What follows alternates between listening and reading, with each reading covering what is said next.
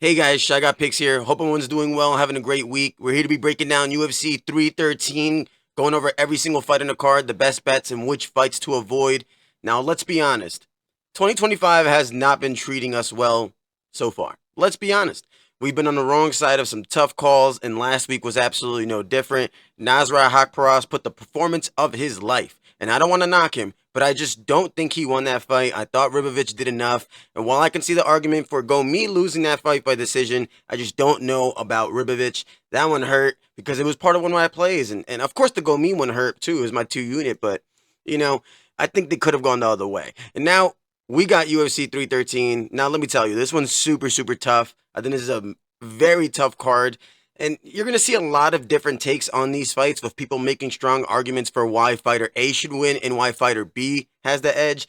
And it's just a lot of tricky matchups here to break down. And it's going to take some real digging to find the best spots here. That being said, I'm very excited to get into this. This is a very, very fucking good card. So let's not waste any more time. Let's break the card down. Let's get right into it. For the first fight in the card, I mean, at least I think it's the first fight in the card. I'm not too sure about the order yet. For the first fight in the card, we got Chris Gutierrez versus John Casteneda. Gutierrez comes into this 21-5-2, 33 years old, 5'9" with a 67-inch reach. Meanwhile, Casteneda is 21-7, 33 years old, 5'6" with a 71-inch reach. When you first see these two fighters fighting, Gutierrez is a more efficient and more defensive striker. Meanwhile, Casteneda is one of those who like to push a higher pace, but he does take a lot more damage. Regarding Gutierrez, he's a very technical Muay Thai striker. He's very well known for his brutal lead leg kicks. He fights at range and he uses precise striking to be able to break his opponents down over time. When he faces against, aggressive grapplers, he's had mixed results. He struggled against Barcelos, losing by submission, but against Cody Djorden, he was able to get a draw by using his wrestling pressure. But against pure strikers, he does really well. Like when he won against Batgarel, he dominated the whole fight and ended up finishing him with elbows. Against Castaneda, he's going to want to stick at range so he can kick his legs and do some damage to those legs early and avoid any grappling exchanges. Regarding Castaneda, he's a fighter with, who pressures heavy and mixes in his wrestling with the boxing. He does really well when he's pushing the pace, and as I mentioned, mixes it in those takedowns. He does really well when he makes the fight really ugly. His performance against Miles Johns is, he was able to overwhelm him using volume, and then he ended up securing a submission win there. But when he faces actually good strikers, he doesn't really do well, in my opinion. Against Nathaniel Wood, he was able to, Nathaniel was able to outpoint him, and as well as Daniel Santos as well. He was able to knock him out in the second round. For John to win this fight, I think he's just going to need a crowd, Gutierrez, and prevent him from setting up any of those leg kicks and make this a really ugly fight. Also, while mixing in those takedowns and mixing in the clinch work and make this, a dirty, ugly dog fight. I think it's all about the distance management in this one. If Gutierrez can maintain the range and land big kicks and counter effectively, I think his path to victory here is clear. As well as, with John, if he pressures constantly, breaking Gutierrez's rhythm and forcing him grappling exchanges, this absolutely can go towards the Castaneda side. The biggest concern for Castaneda is his striking defense, I think. He absorbs over 5 strikes per minute, while Gutierrez is far more efficient regarding defensive striking. When considering all these factors, I think I gotta go with Gutierrez. I figure he's gonna go maybe even up to negative 170 by fight night. I think he's too accurate, and his defense is far better than Castaneda's, and his leg kicks are just so lethal. I think that'll favor the Gutierrez side, and I think this will go to decision. So ultimately, I think the damage is going to point, do dividends here for Gutierrez, especially at those leg kicks. So I got to go with Gutierrez by decision. But like I mentioned, this is a super tough one. When you look at it on the topology side, 13% got Castaneda, which doesn't really necessarily make sense. This is absolutely a coin flip, so 87% Gutierrez, maybe I'm making the right decision, but at the end of the day, like I said, this is a really tough fight. I can absolutely see Castaneda winning this fight by decision as well. We all know how these judges go, so this is super tough. I think the over and the props by decision are the easy ones and the ones to look at, because the money line side, it's really tough, but ultimately I got Gutierrez by decision. Next on the card, we got Ozzy Diaz versus Jordan Santos. Diaz comes into this 9-3, plus 155 dog, 34 years old, 6'4" with a 79-inch reach. Meanwhile, Jordan Santos is 10-1, negative 185, favorite at open, 27 years old, 6'0" with a 75.5-inch reach. Regarding Diaz, he's a knockout artist. This man has never, ever seen the judges. And in fact, actually, he's actually never even seen the third round. Actually, no, he's seen the third round once, and that was in one of his amateur bouts. I believe it was his last one. He has a clear advantage regarding the knockout ability here. He's 6'4", which is on the taller side of the middleweights, and he definitely fights best when he's at range. He has 7 wins by knockout and even has 2 wins by submission. The problem with Diaz is his defense is absolutely ass. He's absorbing 4.74 significant strikes per minute, which is literally the double the amount that he lands himself. That's just really awful to see. In his last fight against Zhang, Zhang was able to easily exploit that and knock him out in the first round. Diaz needs to clean this up, his defense, and keep it at range, use his jab to set up a big right hand and get some more respect from Santos. Regarding Santos, he's a much more well-rounded fighter with a strong mix of striking and grappling. He's absolutely not a knockout specialist here, but he does have, high fighting IQ, and his fights are at more of a high pace. And his last fight against Will Curry in the Dana White Contender Series, he showed exactly what he does. He pressures and then mixes in the takedowns and then wins rounds using control. Santos has also shown us durability. He has gone a 5-round war against Felipe Moutinho. So, and he didn't slow down either. So I think that's a massive advantage here against, I think Santos takes this one. I think Diaz is, I think his defense is just way too trash to really trust it. I think if he uses his jab and lands a big right hook, maybe he starts getting Santos to respect him, which may make Santos more tentative, but I really doubt it. I gotta go with Santos. I mean, at the same time, I really wouldn't be shocked if he gets knocked out. I also wouldn't be shocked if he gets a knockout, but ultimately, I got Santos. Give me him by decision. Another tough one, though. I really wouldn't be surprised if Diaz gets a knockout. He's a knockout specialist, but I got to go Santos by decision. Up next on the card, we got 2 of the younger fighters on the card. We got Mairon Santos facing Francis Marshall. Mairon Santos is 14-1. He opens up as a -375 favorite, 24 years old, 5'9" with a 72-inch reach. Meanwhile, Francis Marshall's 8-2, opens up as a +290 dog, 25 years old, 5'9" and a 72-inch reach. When you look at Santos, he's a very dangerous striker who performs best when striking and, fighting standing up. He's landing over 5 significant strikes per minute, and his accuracy sits at 46%. So he is a volume striker, but he's also an efficient one as well. His striking defense is also at 57%, meaning that he does avoid more shots than he takes, which is, again, very key here against someone like Marshall, who does absorb over 4 strikes himself. Santos, when he fights, he uses solid combinations, and plus his knockout power, of course. In his last fight against Con Ofli, he knocked him out quick. And, I do think Ofli is small for the division, but on the other hand, he did lose to Dan Argueta, who is a strong grappler and who is, he was able to smother him and finish Santos on the ground using ground and pound. So, of course, that'll be key for Marshall here if he wants to win. And, the opposite, of course, is true for Santos. If he wants to win, he wants to keep this fight standing, especially because Francis Marshall is a very solid wrestler. He uses pressure and his grappling skills to control his opponents. 50% of his wins come via submission, and his best performances come when he forces his opponents to fight while they're on his back, while they're on their back. Against Dennis Bazooka, he was able to show his good wrestling and able to secure, key moments on the ground, to win a split decision win. But his loss against, Isaac Dolgarian, he was, of course, overwhelmed with, Isaac striking, and he got finished early. And of course, that's a big red flag against, for Marshall here against Mairon Santos. When facing Mairon Santos, it's gonna be tough because he does hit very, very hard, and he's accurate, as well as the fact that Marshall does get hit a lot. He does seem to struggle against high volume strikers as well. Even though his striking is very good himself, it's serviceable. It's just against someone like Santos, standing up, trading these blows, it's just not the path to victory for Marshall. If Marshall can get his takedowns before Santos can overwhelm him on the feet, Marshall has a very solid chance. But of course, that's if he can get those takedowns, especially, if Santos is able to keep the distance, it's going to be really tough here. I don't see him being able to take Santos down. I think Santos is going to win here by knockout. I'm thinking round 2. It's just, at the end of the day, Francis Marshall is obviously going to go there and try to take him down. That's his game plan. He just needs to. He's going to try to take him down.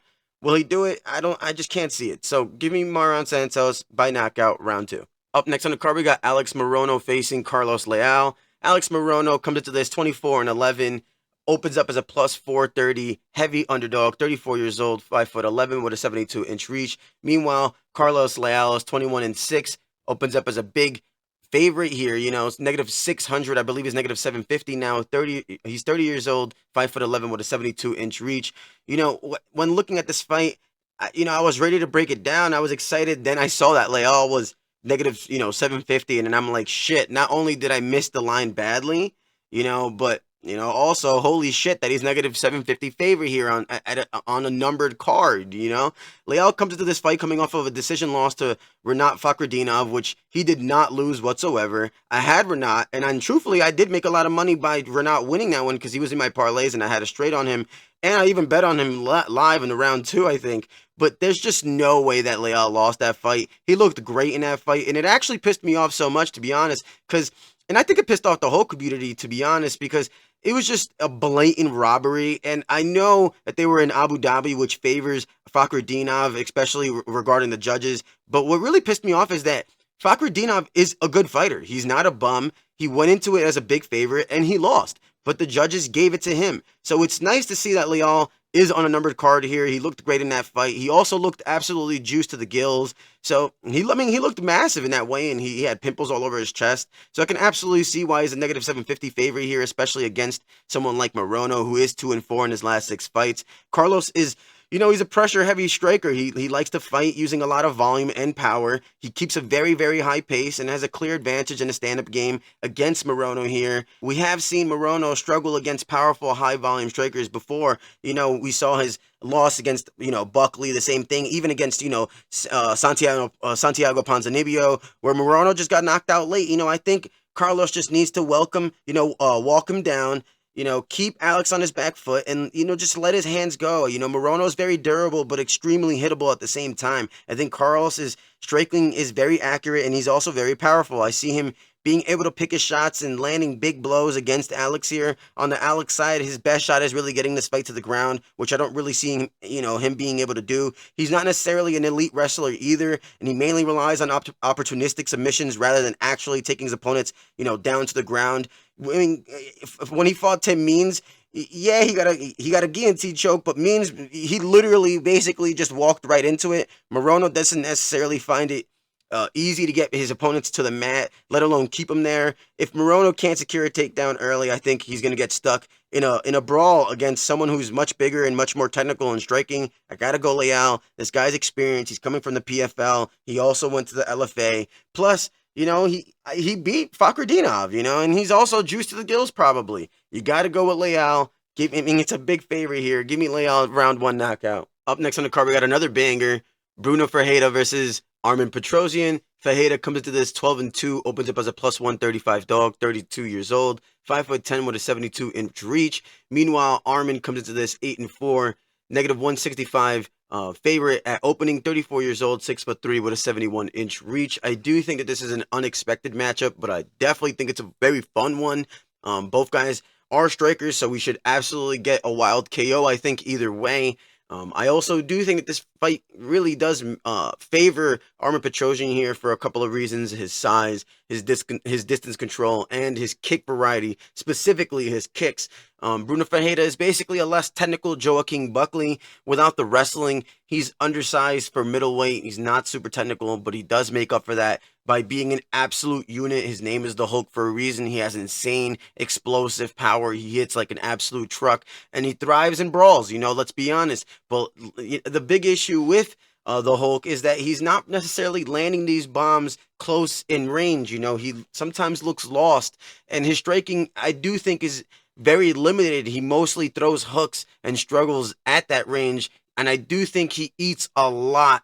I think he eats too many shots in return, and against like a fighter like Petrosyan, I think he's gonna constantly spam kicks, and he doesn't really necessarily telegraph any of those kicks, and I think that's gonna be a big problem here for the Hulk here. And let's be honest, we've also seen elite strikers like RoboCop and CLD struggle against Petrosyan's kicking game. I know he's 8-4, and I know he got double back fist knocked out last time. And let's be honest, I haven't, really necessarily talked about this. I've been not necessarily high on Petrosyan, more so that I have always thought that Shara the Bullet has been trash. That's why I was so high on the Petrosyan money line when they first fought. And let's be honest, that double back fist knockout made me look like a fool. And it also made him look like a fool. I can't believe he got knocked out like that. I thought they were, and I also thought he was low key winning the fight. I thought he looked good. And he does. He's a good fighter, man. Let's be honest. He is. He's beaten RoboCop. He's beaten CLD, and it's because they struggled against the kicking game. And let's be honest. I also think that he hasn't necessarily utilized his head kick, and it's because he's always facing somebody that's really very taller. So he can't necessarily utilize those head kicks. I think that's going to be one of those big things here. I think Ferreira being at 5'10", facing the 6'3" Petrosyan, I think he's going to start utilizing those head kicks. Because, like I said, he's always facing really, really tall guys with, taller frame.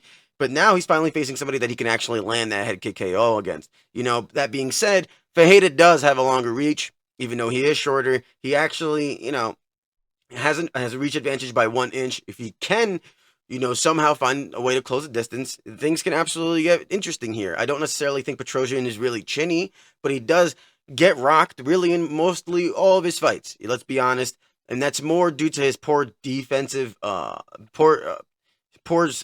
striking ability in the close range. I just don't think he's fully adjusted to the 4-ounce gloves after the years and years in kickboxing. But let's be honest, I think Ferreira is going to necessarily struggle to find his shots against someone like Petrosyan. I think the longer this fight goes as well, it's going to favor Petrosyan. Ferreira's cardio isn't built for extended wars. He held up better than expected last time, but you could see him fading hard after the round 1. His style isn't necessarily sustainable because he's throwing everything at every single time. He's throwing 200% at every single punch.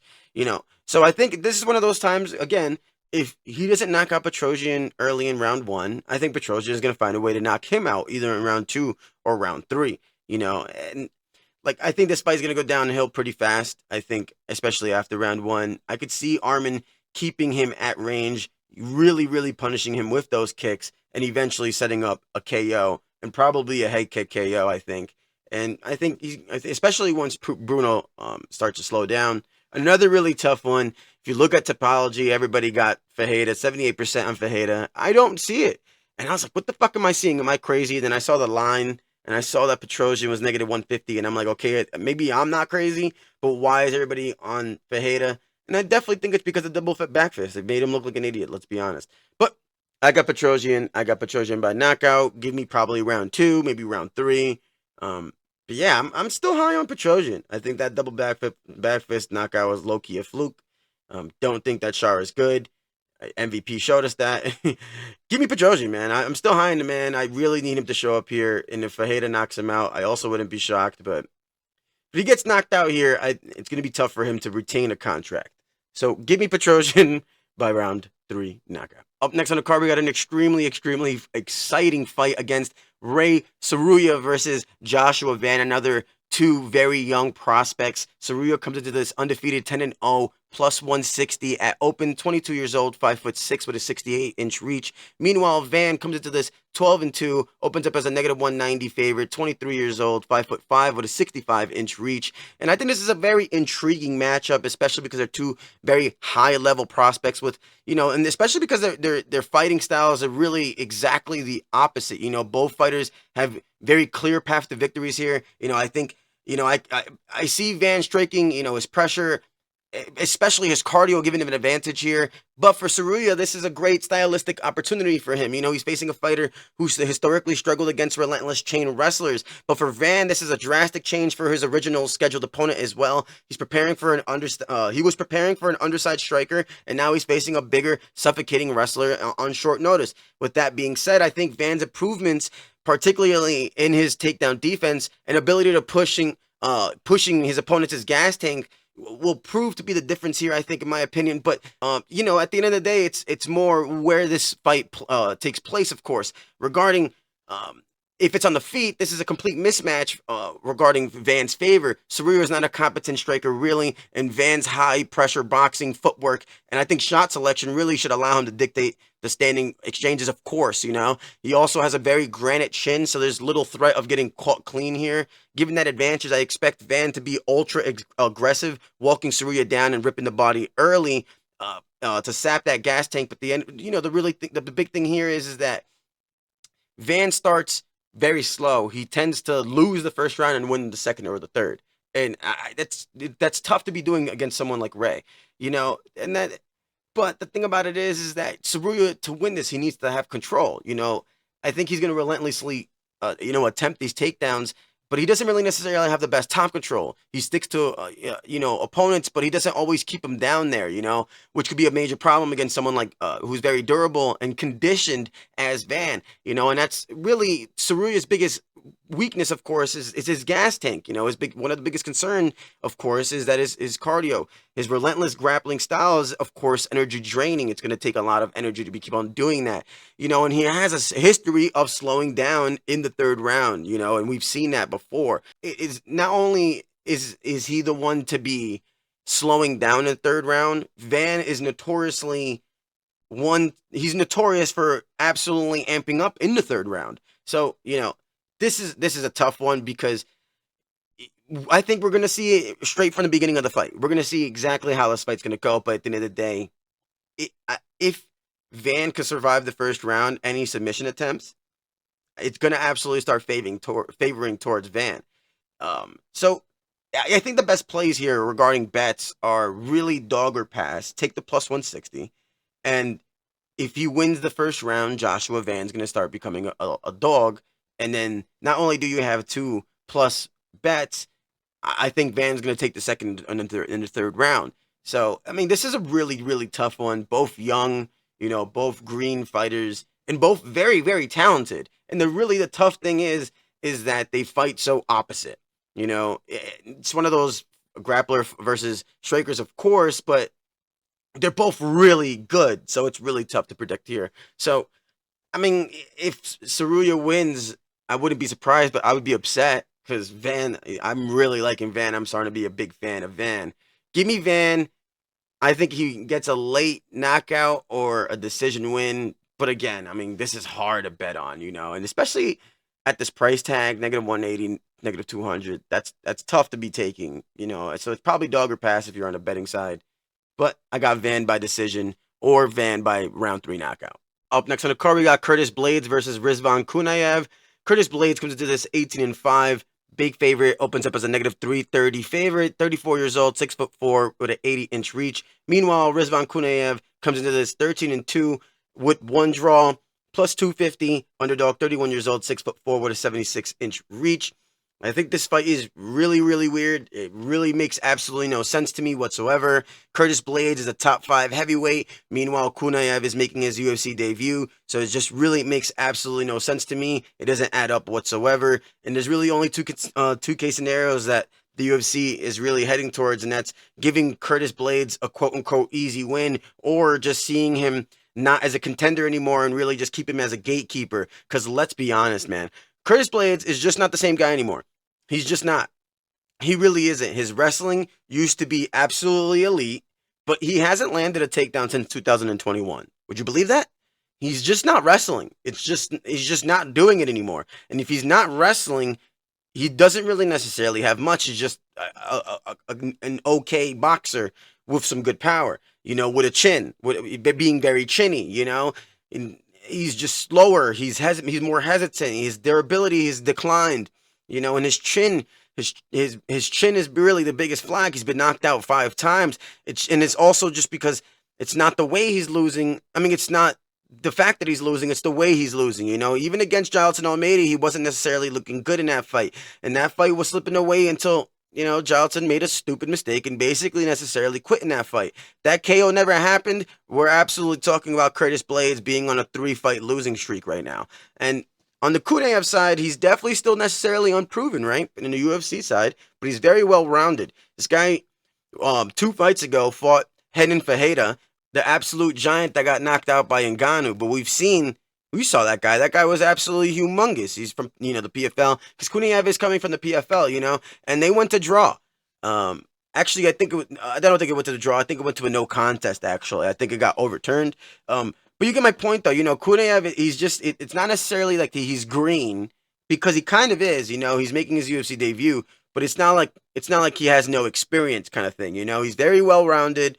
But like I said, in the UFC side, he is unproven. He's a solid wrestler. He knows how to defend takedowns as well. And he also keeps it simple on the feet. He has some sharp straights, good leg kicks, and I think I think he has high fight IQ. He doesn't necessarily overcommit, which I think is good, as well as that. I think he's very durable. And I don't think he's going to take Blaydes down. Absolutely not. But the question is, do I think Blaydes is going to take him down?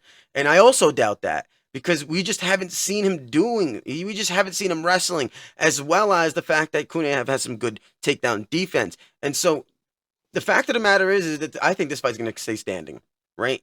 And Blaydes does have a 4-inch reach advantage here. But at the end of the day, if this fight stays standing, Kuniev has a chance. He does. He has a real chance.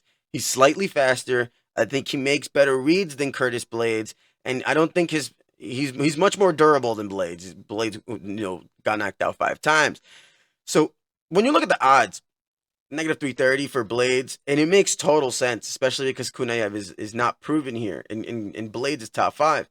But the fact of the matter is that the UFC made this fight, and it's for a reason, and I don't understand it. I don't get it, and it just smells like a trap to me. I don't know. It's just really weird here.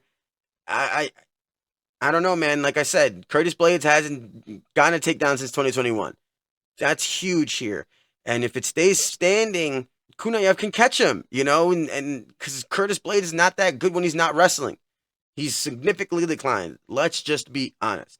And so I'm gonna take the younger guy, and I'm gonna take the big dog here. I'm part of the 13% on Topology, facing the 87% that is on Curtis Blaydes. I'm part of the fuck it. I'm taking the underdog here. I don't see how you can justify the price tag on Curtis Blaydes. I just don't see it. I could see why people are putting him in parlays, because I don't know who the hell Kuniev is. But I mean, man, this is a tough one. Like I said, I might look like an absolute idiot. I've been taking risks lately, and this is another one. But believe it or not, this is one that I'm a lot more confident in. Like Zalal, that was just stupid. Let's be honest. Taking Cater. Cater was he looked terrible. But Cater's legit. That's why, I had my reasonings. But, Zalal's fucking nastily good. So obviously I wasn't necessarily that confident. And this one I'm a lot more confident. Give me Kuniev. This is going to be tough. I think someone's getting knocked out. So give me Kuniev, round 3 knockout.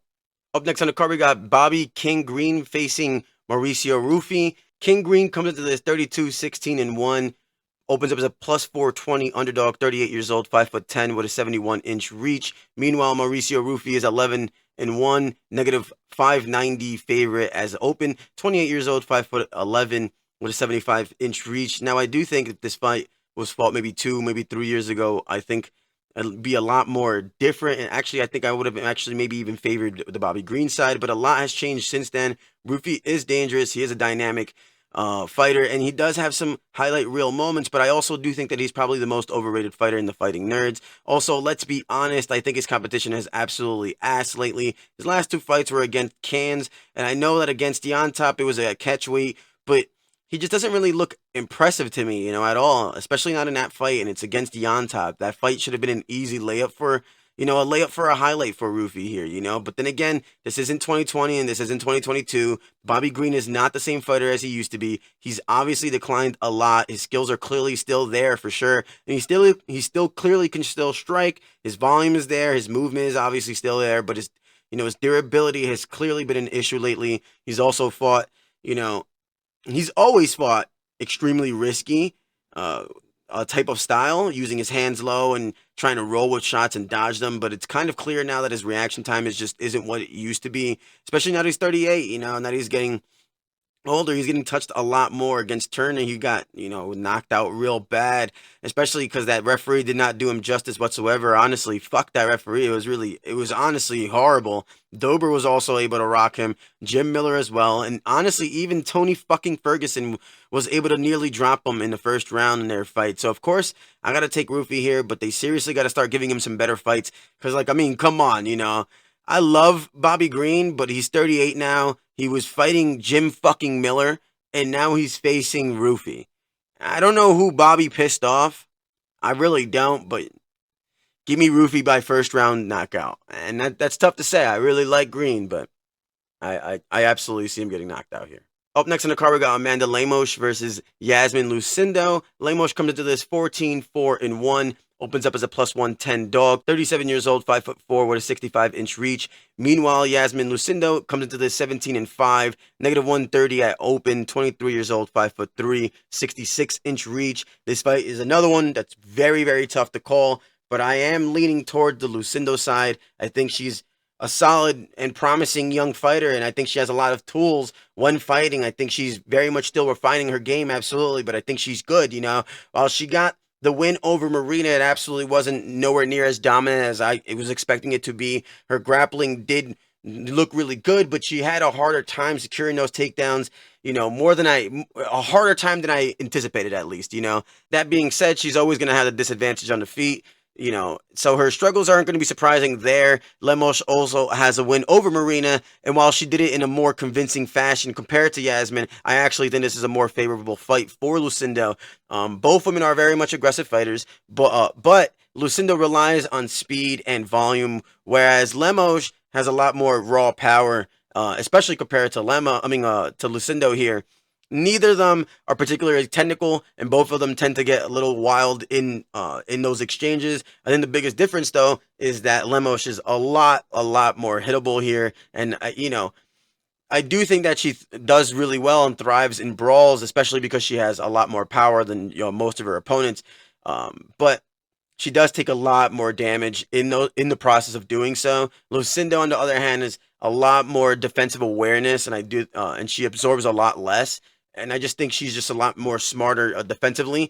I think that one of the biggest concerns here is that Lemos, her fighting IQ is just very questionable. She really makes her fights a lot more harder than they ever really need to be, getting herself in unnecessary situations, in unnecessarily brawls, and also making stupid decisions when grappling, especially when she fought, against Djorden, who she's clearly a better striker than, but still allowed Djorden to out-grapple her and find ways to get her down on the ground. She just fights stupid sometimes. And Lucindo, I do think she's younger and more of a less experienced fighter.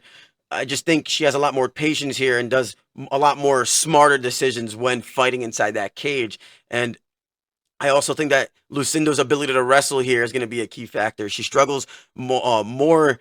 She struggled more than expected against Marina to take her down, but I actually think she's going to have an easier time to take Lemos down here, especially because Lemos stupidly she pulls for guillotines, and sometimes that's going to work, of course, but usually it doesn't. So I think if Lucindo gets on top, she's going to control the top control and likely dominate if she gets there. I think Lemos's defensive lapses, her fight IQ and ability to just do really stupid shit, especially on the mat, does not favor her. And she's a lot older. She's 37, fighting a 23-year-old, and she has 1 inch reach height advantage, but she has 1 inch reach disadvantage. So I don't know, man. Everything is pointing towards Lucindo for me here. So I gotta take Lucindo. Give me Lucindo by decision. Up next on the card, we got an absolute banger. I think this card is absolutely filled with bangers. We got Jailin Turner facing Ignacio Bahamondes. Turner comes into this negative 115 at open, 29 years old, 6'3", with a 75.5-inch reach. Meanwhile, Bahamondes is 16-5, negative 105 at open, 27 years old, 6'3", with a 75.5-inch reach. So we have 4 fighters that are 6'3" in this division, and 2 of them are fighting themselves in this week, of course. I think this is a perfect matchup, and it's a perfect matchup for action as well. We're going to see some. This is going to be a great fight. Let's be honest. They're two very tall, lanky lightweights who prefer to stand and brawl rather than getting anything to the ground. And there's no way that this fight is not going to deliver, in my opinion. Turner has already cracked the top 15, but every time he's faced a ranked opponent, he's always fallen short somehow. He has moments of absolute brilliance, but then he just fumbles it, especially against Moicano. That was one of the stupidest things I've ever seen in my life. I love me some Moicano, but I absolutely had money on Turner, and I should have. He was negative 300, and he knocked him out, and just didn't capitalize on it, and just looked at the referee like he was supposed to do something, like you're not supposed to continue, and then Jailin ended up getting knocked out. He looks fucking phenomenal sometimes, and then sometimes he looks stupid as shit and looks dumb and then gets knocked out. When he's in control, he's very dangerous, but when things don't go his way, they fall apart very fast. And it's been a very big pattern for him in his entire career. That's exactly why he's 14-8, and we all know how good he is, but he's 14-8. Regarding the Bahamondes side, I think this is absolutely his biggest test. Let's be honest. Turner's by far the best fighter he's ever faced. Let's be real. He's looked sharp against unranked competition, but this is a really, really big step up here. Stylistically, the striking battle is interesting, of course. Turner is a better boxer with the speed and power advantage, I believe, while Bahamondes has a deeper striking arsenal, I think, better variety and higher output. In close range trades, Turner's power makes him a lot more dangerous, but Bahamondes' defense is actually sharper against taller opponents. And I think that's a big point here. And I think that's, we mentioned this prior to with the Petrosyan fight. I think this is a bigger thing here. Bahamondes, he looks stupid sometimes against shorter fighters, and he does really well against taller fighters, and I think it's dumb, but he does struggle with range and the timing when he's facing a guy that's a lot shorter than him and that closes the range on him, and he fights a lot smarter when he uses his full skill set when fighting. And Turner, on the other hand, he rarely, had to deal with anyone his size, and he has struggled when he has faced fighters that have been his size. The key factor is how long this fight lasts, I think. Turner's an absolute nightmare in the first round. He always has been. He's extremely fast, he's very aggressive, and he's extremely explosive. And if he lands clean early, I think he's going to put Bahamondes out. I think that's kind of I think we can all agree on that. But if Ignacio survives, especially that first round, the fight is absolutely going to start shifting in his favor. Depending on how much damage he takes in the first round, he's going to have to win those second and third, His pressure and his cardio, and I think ability to push the pace for all three of those rounds is going to overwhelm Turner. And Turner's never won by decision, Once the fight starts slipping away from him, everything starts snowballing down for him, His cardio isn't terrible, but he definitely loses, momentum, let's say, when the fights start going past the first round. In the first round, he's absolutely dangerous as fuck. Let's be honest. This is super hard. Coin flip, I'm taking the Bahamondes side, but let's say, like I said, if Ignacio gets knocked down in the first round, I wouldn't be shocked. But if he gets past the first round, it's going to start favoring him. That's not to say that he's going to win, but it's going to favor him absolutely in every single aspect, I believe. So give me Ignacio Bahamondes. Someone's getting knocked out. So give me Ignacio Bahamondes round 3 knockout. Up next on the card, we got the co-main event, Justin Gaethje versus Rafael Fiziev. This is a rematch, of course. Gaethje comes into this 25-5, opens up as a plus 105 underdog, 36 years old, 5'11", 70-inch reach. Meanwhile, Rafael Fiziev is 12-3, negative 130 at open, 32 years old, 5'8", 71.5-inch reach. Now, this one's absolutely extremely tricky. Let's be honest. On paper, the circumstances absolutely do not favor Fiziev. Absolutely whatsoever. He's coming off a 2-year layoff, an ACL tear, and now he's taking a fight on short notice against Gaethje. So everything on paper does not look good for him whatsoever. But the real argument is, that this might actually be the right time to fight Gaethje. Let's be honest. Their first fight was very, very competitive. Fiziev had very early success. If anything, he absolutely won the first round, and we can argue that he won the first 2 rounds before before completely fading in the third. The speed advantage was clear, and even late in the fight, he managed to wobble Gaethje. But the problem is that Gaethje absolutely thrives in fights like that. His jab started picking Fiziev apart. The damage was obvious at the end of the fight. We saw how much damage Gaethje landed on Fiziev's face, and his pressure absolutely wore him down. And Fiziev just simply couldn't keep up over those 3 rounds. But also, same here with the Curtis Blaydes situation. Gaethje is just not the same fighter. I mean, losing to Holloway wasn't the issue. We know exactly how elite Holloway is. It's exactly how he lost. It was crazy. We all saw that. Outside of the knockout, he was getting outclassed. He was getting pieced apart for all 5 rounds. All 5 of them. He was just being absolutely outclassed. Let's be honest. He was sustaining a big beating. And to really top it off, it was, the knockout of the UFC. The worst knockout of his life, of course. Let's be honest. And probably the knockout of the century. He's always fought it with a CTE type of style, and that catches up. He's never been the fastest guy, and if his durability and reflexes start to slow down, that's a huge concern for Gaethje. Fiziev's striking technique is very elite, and despite his layoff, he's still only 32. He's still at that age where you can recover fast. The first fight was already close, and if Fiziev has the right adjustments, there's a real path to victory here. And I know people are not going to like my picks here at the end, but Fiziev, like I mentioned, even though he's coming off a 2-year layoff, ACL tear, facing Gaethje, the other things point to his favor. He's facing Gaethje at the right time. He's younger than him. And let's also be real, Gaethje is not going to change. His game is not going to change. He always pressures heavy. He throws volume and big power. And Fiziev, on the other hand, he can make adjustments. If he paces himself better, if he works around the jab, actually, and does not gas himself out. That's the key here. He has the tools to win. We saw it. We saw it. He was winning the first 2 rounds. For sure won the first round. No question about that. No one can argue about that. Of course, Gaethje is still dangerous. We love him. We love Gaethje. His name is the highlight for a reason. But father time comes. It doesn't stop for anyone. The man's 36, and that knockout was brutal. And Fiziev is younger. And I got to go with Fiziev, man. It's really tough to say. It's tough, man. It's tough. But I got to go Fiziev, man, especially when you look back at that fight. Go back and look at that fight. Go back and watch it. Fiziev was winning in the beginning. He absolutely was. And he lost. His cardio gave away, and he's obviously going to work on that. He's going to make those adjustments. Give me Fiziev. Man, it sucks, man. But give me Fiziev, man. I think he knocks him out? I wouldn't be shocked, but I don't think so. Give me Fiziev by decision. Up next in the card, we got the main event of the night. We got Alex Pereira versus Magomed Ankalaev. Pereira is the champion, of course, coming into this 12-2, -120 at open, 37 years old, 6'4" with an 80-inch reach. Meanwhile, Magomed Ankalaev is 21-1.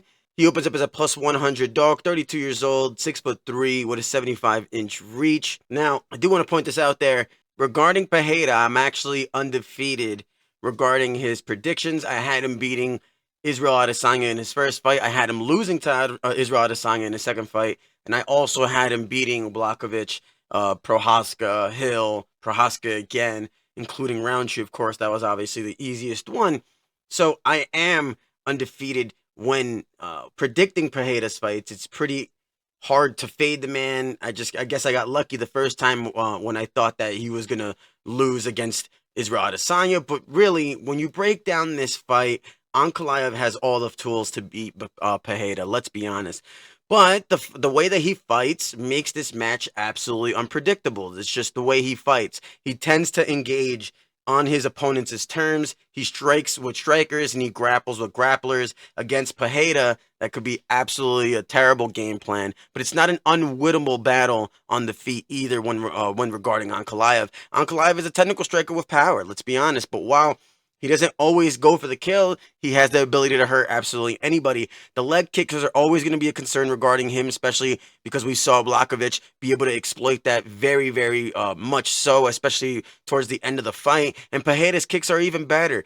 The difference now is that Ankalaev has adapted. He checks kicks more effectively, and he throws his own now. And if he doesn't manage those leg kicks from Pereira early, it's going to be a really big problem for him, of course, especially because, we saw how big of a problem it was against Djorden, and it's going to be a bigger problem against Pereira. But Pereira, of course, has the power to end absolutely any fight at absolutely any moment, but he isn't the fastest mover. Ankalaev has deceptive speed and footwork, which could give him an edge in staying out of danger. If he keeps distance and avoids trading recklessly, he can extend the fight into deeper rounds, where his skill set becomes more effective, of course, and the wrestling advantage is very much obvious here. Ankalaev isn't a relentless Dagestani grappler either, but Pereira hasn't faced many true wrestlers. His takedown defense is very much solid, but against sustained attempts, he has been taken down. Ankalaev doesn't need to dominate on the ground. Just forcing Pereira to think about the takedowns is going to create a lot of striking opportunities for him. And let's also be honest, Pereira is almost 40. He's 38 years old. And I'm not trying to knock the man. The guy's unstoppable. I love him. And like I said, I'm going to keep on betting him. But in this one's really, really tough. And not only that, he's just super, super, super active. He's constantly fighting. And he's 38. And, he hasn't taken much damage. I'm not saying he has, but that, of course, accumulates over time. And his chin absolutely isn't invincible either. We've seen him get put out before by lesser punchers. And Ankalaev has been dropped as well, of course, but his durability is generally solid. And if he lands clean, Pereira can go down just like him. This is Pereira's toughest test, of course, especially at 205. Ankalaev is the most complete striker he's ever faced, and unlike previous opponents, he has the ability to wrestle. And if Ankalaev mixes in those attacks and stays disciplined, I think his path to victory is very much clear. I think Ankalaev has been, treated poorly by the UFC for a very long time. Let's be honest. It's because he's boring. He had the draw against Blachowicz. He had the no contest against Johnny Walker, which is another one, and then he finally knocked him out like it was nothing. He had the unanimous decision win against Rakic. They're just not putting him in the spotlight, and it's tough because his fights are boring and they're going to no contest. They're going to draws. But let's be honest, man. This guy hasn't lost since that Paul Craig fluke fight, which was his first fight in the UFC, mind you. And it was in literally the last second of the fight. Don't ask me why he tapped out with literally 1 second left in the fight while he was winning the entire fight. Don't ask me why. But after that, he knocks out Marcin Prachnio in the first round.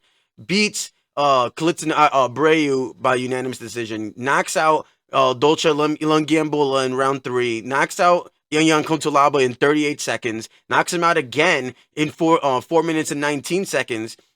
Then he wins against Nikita Krylov, against Uzdemir, against Santos. Then he knocks out Anthony Smith. So he was on this incredible run until he had the draw against Jan, of course. Then he had the no contest against Johnny Walker. And I guess they just put him in the back burner. They were like, yeah, fuck this guy. I don't give a shit if he has 11 wins straight. I don't care. And it doesn't really necessarily make sense. The guy has been destined to be a champion for a very long time. They've been talking about him being a champion forever until Pereira came, right? And now it's his chance. And not only is it his chance, he's always had a good chance against Pereira. If this was 3 years ago, you would still think like, holy shit, he still has a chance, right? Would you not? Let's not lie to ourselves.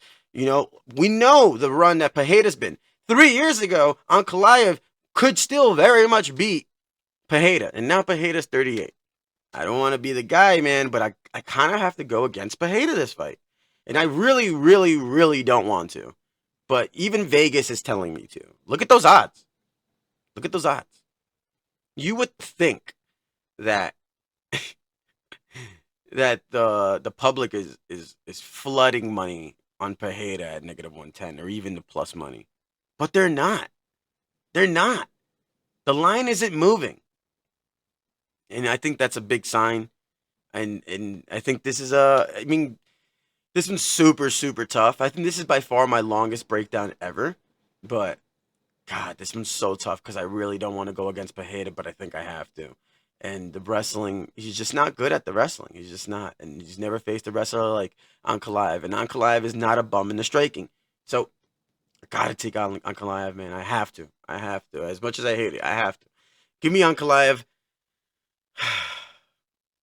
Yeah, I think he knocks him out. Give me Ankalaev by round 4 knockout. God, I hate to say that, but yeah. Wow. Yep.